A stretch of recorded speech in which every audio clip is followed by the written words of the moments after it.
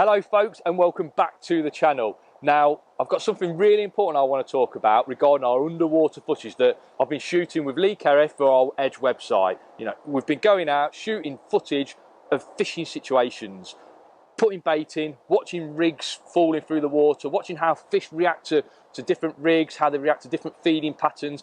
You know, it's been mind-blowing, to be honest, over the last year what we've been watching under the water. First of all though, I just want to say, if you're not a subscriber of this channel, please think about it. Obviously, I'm going out shooting loads of different videos, loads of different venues, loads of different tactics. You know, there's bound to be something for everyone. So if you're not a subscriber, please think about it. Now, on to the juicy bits, this underwater footage. Like I say, the Edge website that Lee and myself are running, it's a members website. We get a brilliant camera team to come out with us. We've got a couple of guys on the bank shooting the footage, and then when we do an underwater episode, we've got a couple of other guys with all the gear. You know, it's ridiculous how much gear they've got, and they're putting underwater cameras down. We can see what's going on in real time on the screens. You know, it's really eye-opening. Now, what I want to talk about is something that I just think has changed my fishing over the last year or so, and I think it's changed it for the better. It's made me work harder on the bank, and that is when we put that underwater camera down there, I couldn't believe how many fish were actually in the swim.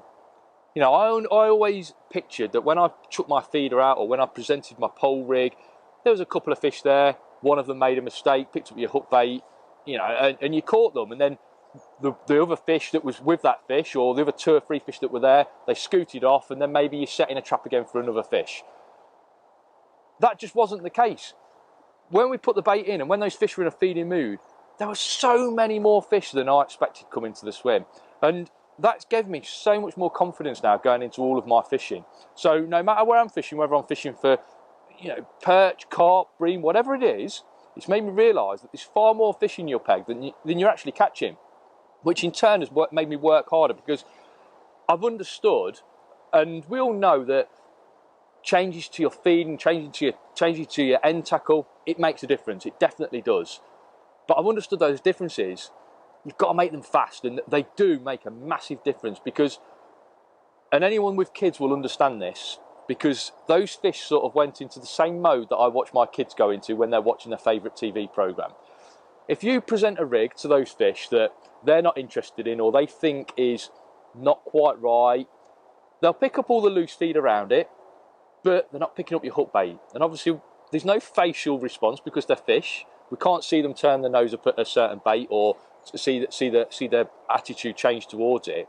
But when I say to my kids, tidy your bedroom, and they're watching their favourite TV programme, it goes in one ear and out the other ear.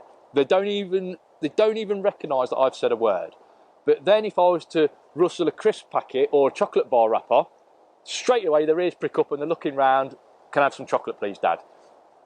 And that's what it was like with these fish. You present the wrong sort of bait or give them the wrong sort of presentation, they just swim by it. They don't even give it a second glance. They must know that there's something wrong, but they don't even look at it. It's something that's inbuilt, that they can just ignore something, even though they have noticed it as well at the same time.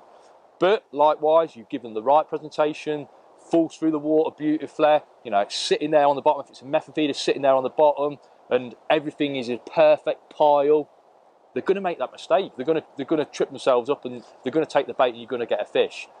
Like I say, really eye-opening. It's helped my fishing, and it's just helped me work harder on the bank, which, you know, that is massively important. So what I would urge everyone to do, if you've not watched underwater stuff, please watch it. If you're not a member of our Edge website, think about becoming a member, because obviously we're trying to help anglers catch more fish. It's helping me and Lee with our fishing, you know, just bouncing ideas off each other. It's helping us massively. And if you can't become a member of the Edge, just try and watch more underwater footage, because you might think it's cheating, but at the end of the day, we all want to catch more fish. And the fact that I'm seeing all those fish in the water, like I say, it's making me work harder, making more changes on the bank. Rigs, tackle, bait, they're all catching me more fish. So being a bit more proactive is definitely getting me more bites. Until next time, guys, tight lines.